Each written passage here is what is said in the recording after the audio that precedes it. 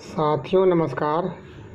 आज हम सहारा के नई अपडेट के बारे में बात कर रहे हैं। जो 50,000 रुपये का जो था आने के लिए 50,000 रुपये आना शुरू हो गए हैं, जिसका भी 1 लाख या 50,000 रुपये तक है ना। और यदि उसमें कुछ डिफिशेंसी नहीं आया हुआ है तो उसको 50,000 रुपये आना शुरू हो गए हैं। हमारे यहाँ एक आदमी को आया है, हालांकि उसमें कुछ कमी था तो इसलिए पैसे कम आए हैं। 1-2 बॉन्ड पेपर था, उसमें कुछ कमी रह गया था।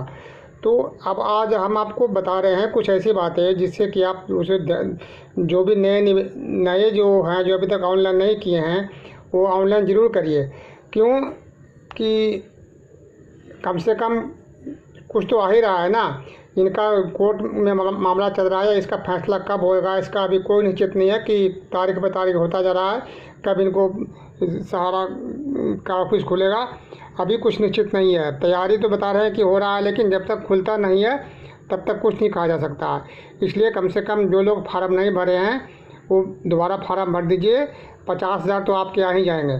और मैं आपको कुछ ऐसी बातें बता रहा हूँ जिसको भरते टाइम यदि आप ध्यान रखेंगे तो आपको जो डिफिशेंसी बार बार आ रहा है या बार बार जो है कि दोबारा रीसबमिट करना पड़ता है, उससे आप बच सकते हैं। तो पूरे वीडियो को ध्यान से देखिए, और वीडियो यदि आपको अच्छा लगे तो इसको दोस्तों के आगे बढ़ाइए ताकि आपको कुछ राहत मिल सके।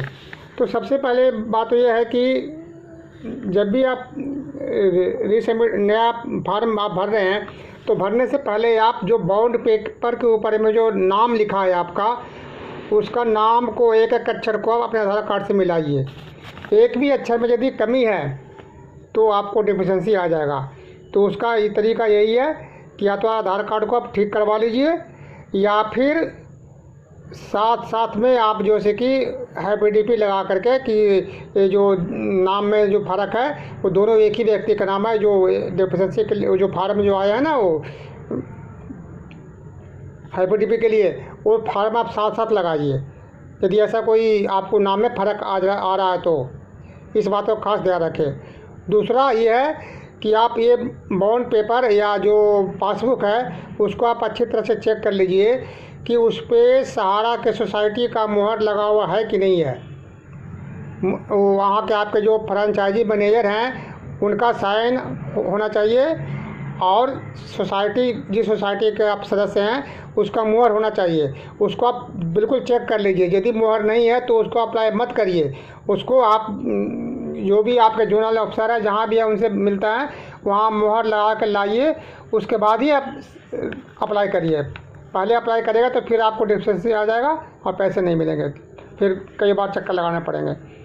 तीसरा क्या है उसका मामला, वो बहुत लोग का सहारा ने बहुत लोगों का वो क्या बोलते ग्राहक मास्टर फार्म या मेंबरशिप फार्म पोर्टल पर अपलोड ही नहीं किया है।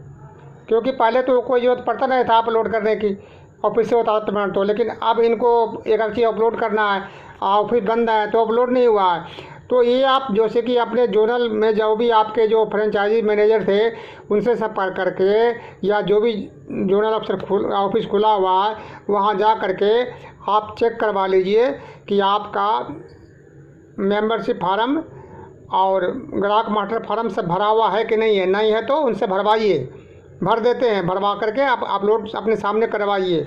और उसके बाद अपलोड करने के बाद जो से कि फिर आप 15-20 दिन के 1 महीने के बाद आप जो से कि दोबारा फार्म भरिए। तीसरा है कि यदि उसमें साइन जो है बिल्कुल जैसे आपने पहले किया था वैसे करना चाहिए।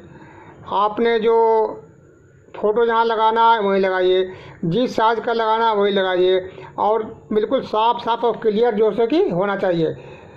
यदि साफ नहीं होगा तो नहीं होगा। फिर तीसरा है, इसके बहुत ऐसे हैं जिनके 2-3 बार सहारा में इन्वेस्ट किए हैं, तो सहारा वालों ने क्या किया है कि अलग अलग मेंबरशिप दे दिया है। मैंने किसी के पास 2-2, 3-3 मेंबरशिप हैं। तो ऐसे स्थिति में जो है कि उनका पेमेंट नहीं हो रहा है, वो सिर्फ एक ही मेंबरशिप वाला को फिलहाल पेमेंट कर रहे हैं। इनके आपस में मर्ज होने की बात हो रहा है, लेकिन अभी तक मर्ज होने के लिए कुछ नहीं हुआ है। अभी तक इन्होंने कुछ कार्रवाई नहीं किया है। ये भी इनकी बहुत बड़ी लापरवाही है जो कुछ कर नहीं रहे हैं। तो मर्ज होगा तो तब तक क्या करिए कि आप जिसमें ज़्यादा अमाउंट है ना, पहले आप उसी को भरिए और उसके बाद ऐड करके और सब भरिए। और जब भी क्योंकि आपको जो ज़्यादा अमाउंट वाला पहले है, जो जिसका मेंबरशिप ज़्यादा है ना, वही भरिए पहले, ताकि पैसा पहले उसी को मिले आपको, उसके बाद में ऐड करिएगा आप। उसके बाद क्या है कि बहुतों में सहारा वाले लापरवाही क्या कर रहे हैं, इनके CRC वाले बैठ के तनख्वाह ले रहे हैं। बहुत में क्या हो रहा है कि अब अभी हमने एक का अप्लाई किया था, रीसबमिट किया था, तो उसमें उसके पास 4 बॉन्ड पेपर थे। 4 बॉन्ड पेपर में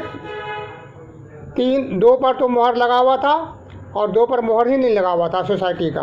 हमने भी ध्यान नहीं दिया, और जिसने फार्म भरा जो कि सहारा का था उसने भी ध्यान नहीं दिया, और उसने वैसे ही उसको अपलोड कर दिया। अब उसमें डिफिशेंसी आ गया कि उस पर यह है कि उसे मोहर नहीं लगा हुआ है सहारा का। तो उसके लिए फिर मैं गया और मोहर लगवा के लाया, लेकिन मोहर लगवा के लाया तो अब रीसबमिट ही नहीं हो रहा है। इनको ये चाहिए था कि भाई जिसमें यदि कुछ कमी है तो वो सुधार करके उसको हमेशा उसके लिए खुला रखे, ताकि यदि कमी है तो कमी को दूर करके दोबारा वो रीसबमिट कर सके। लेकिन ये इतने निकम्मे हैं, इतने काम नहीं कर रहे हैं, सिर्फ पैसे बना रहे हैं ये CRC वाले।